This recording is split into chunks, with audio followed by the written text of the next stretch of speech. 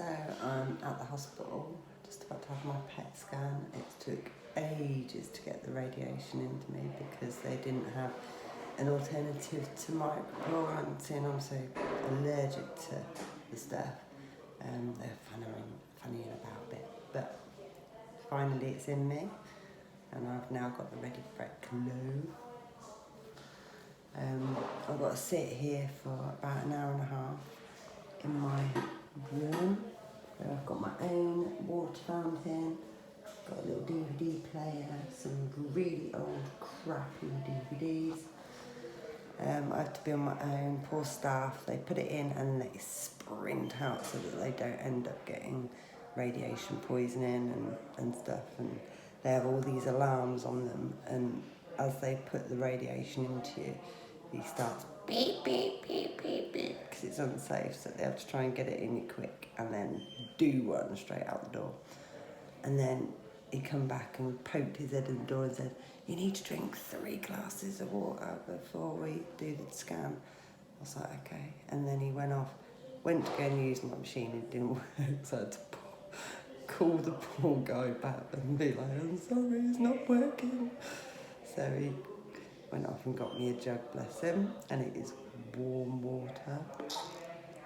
But I'll get it down me, I'll soldier on. So yeah, this is me for the next hour and a half.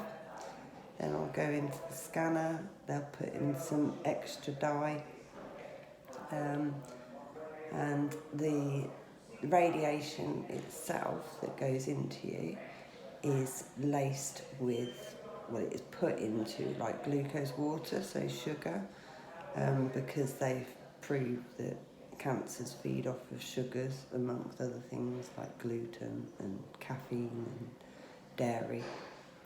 But glucose is the best form of getting to the cancer. It seems to take the radiation directly to it, and it means that when I go in for the scan, the cancer will glow, but everything else won't. So,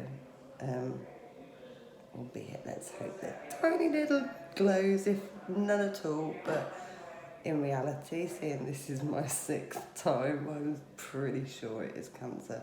So what they're saying at the moment is that they think that there is 3 to 4 nodules or cancer blobs, whatever you want to call it, nasties on this one, and one on this one, which weirdly last time that I had cancers on my lungs, this lung was the one that had the most nodules, and this one had one, which seems to be the same situation.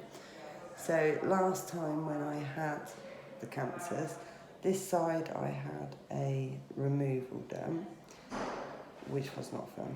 So they go in 3 ribs and they break the ribs so that they can get access to your lung. They remove the section of the lung and seal the lung back up that they want to do.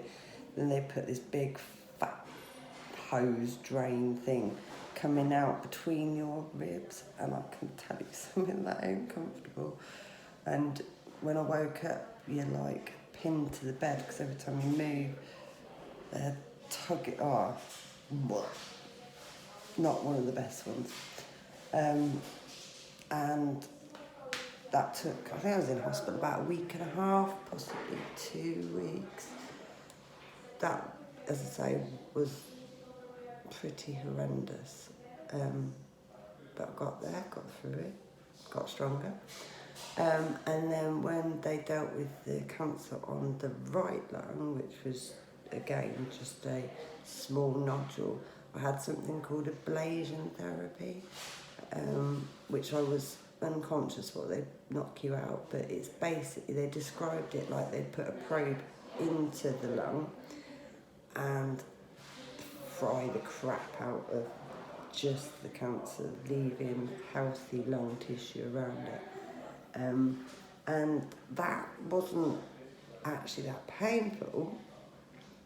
I was a bit sore afterwards, so I dislocated my shoulder. That wasn't a great deal of fun. They did that during the operation. But the lasting effect from that one is for a couple of years, every time I touched my nipple, or my husband touched my nipple, or someone brushed past my nipple, I wouldn't feel it on my nipple. I'd feel it on my shoulder blade. which was really, really, really weird. But then I've got that also from one of the operations on my bowel. When you're touched by my belly button, I can feel it in my armpit. And sometimes when you fart, I can feel it down my arm. It's great.